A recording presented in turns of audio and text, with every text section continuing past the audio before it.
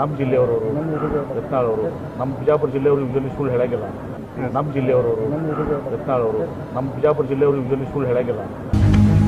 ವಿಜೇಂದ್ರ ಅವರು ಪಾದಯಾತ್ರೆ ಮಾಡೋಕ್ಕಿಂತ ಮುಂಚೆ ಅವ್ರು ತಮ್ಮ ಅವಧಿಯಲ್ಲೆಲ್ಲ ಏನಾನ ಏನೋ ನೋಡ್ಕೊಳ್ಳಿ. ಎಲ್ಲಿ ಇದ್ರಾಗ ಯಾವುದು ನಿಮ್ಮ 40% ಭ್ರಷ್ಟಾಚಾರ. ಈಗ ಕೊರೋನಾದಲ್ಲಿ ಯತ್ನಾಳವರೇ ಹೇಳಿದರು 2,000 ಕೋಟಿ ರೂಪಾಯಿ ಹಗರಣ ಆಗಿದೆ ಅಂತೇಳಿ ಎಲ್ರಿ. ಆಮೇಲೆ ವಿಜೇಂದ್ರ ಅವರು ಮತ್ತು ಅವರ ತಂದೆಯವರು ಯಡಿಯೂರಪ್ಪನವರು 10,000 ಕೋಟಿ ರೂಪಾಯಿ ಮಾರಿಷಸ್ನಲ್ಲಿ ಇಟ್ಟು ಬಂದಾರ ಅಂತ ಹೇಳಿದ್ರು. ಯಾರು ಹೇಳಿದ್ರು? ಯತ್ನಾಳವ್ರು ಹೇಳಿದ್ರು. ನಮ್ಮ ಜಿಲ್ಲೆಯವರು ಯತ್ನಾಳವರು, ನಮ್ಮ ಬಿಜಾಪುರ ಜಿಲ್ಲೆಯವರು ಯೂಶಲಿ ಸುಳ್ಳು ಹೇಳಂಗಿಲ್ಲ. ಹಂಗಾಗಿ ಅದು ಸತ್ಯ ಇರ್ಬೋದು ಅಂತ ನನಗನ್ನಿಸ್ತದೆ. ಅದಕ್ಕೆ ವಿಜೇಂದ್ರ ಮೊದಲಾದ್ರೆಲ್ಲನೂ ಆತ್ಮಾವಲೋಕನ ಮಾಡಿ ಆಮೇಲೆ ಪಾದಯಾತ್ರೆ ಮಾಡಲಿ. ವಿಜೇಂದ್ರ ಅವರು ಪಾದಯಾತ್ರೆ ಮಾಡೋಕ್ಕಿಂತ ಮುಂಚೆ ಅವ್ರು ತಮ್ಮ ಅವಧಿಯಲ್ಲೆಲ್ಲ ಏನಾನ ಏನೋ ನೋಡ್ಕೊಳ್ಳಿ. ಎಲ್ಲಿ ಇದ್ರಾಗ ಯಾವುದು ನಿಮ್ಮ 40% ಭ್ರಷ್ಟಾಚಾರ.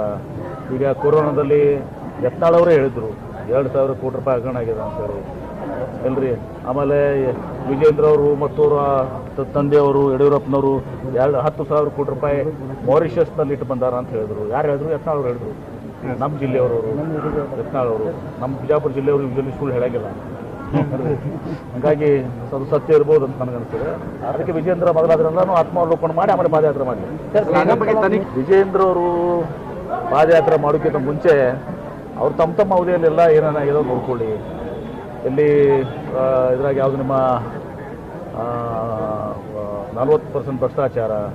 ಈಗ ಕೊರೋನಾದಲ್ಲಿ ಯತ್ನಾಳವರೇ ಹೇಳಿದರು 2,000 ಕೋಟಿ ರೂಪಾಯಿ ಹಗರಣ ಆಗಿದೆ ಅಂತೇಳಿ ಎಲ್ರಿ.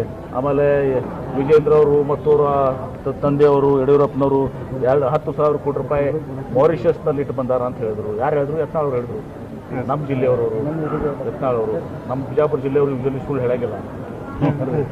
ಹಂಗಾಗಿ ಅದು ಸತ್ಯ ಇರ್ಬೋದು ಅಂತ ನನಗನ್ನಿಸ್ತದೆ.